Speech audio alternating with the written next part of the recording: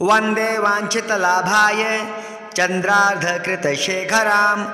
वृखारूढां शूलधरां शैलपुत्री यशस्विनीं दधानां करपद्माभ्याम् अक्षमालाकमण्डलू देवी प्रसीदतु मयि ब्रह्मचारिण्यनुत्तमा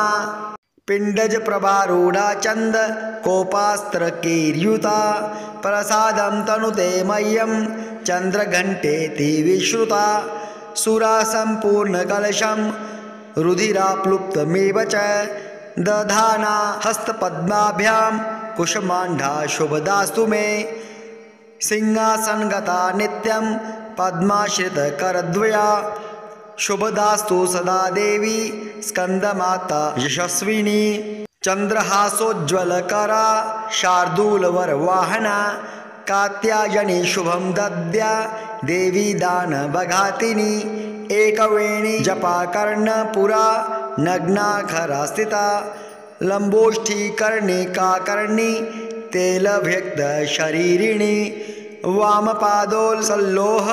लताकण्टकभूषणा वर्धनमूर्धध्वजा कृष्णा कालरात्रिर्भयङ्करी श्वेते वृखे समारूढा श्वेताम्बरधरा शुचिः महाङ्गूरी शुभं दद्यान् महादेव प्रमोददा सिद्धगन्धर्वयक्षाधीर् सुरेरमरेरपि सेव्यमाना सदा भूयात् सिद्धिदा सिद्धिदायिनी।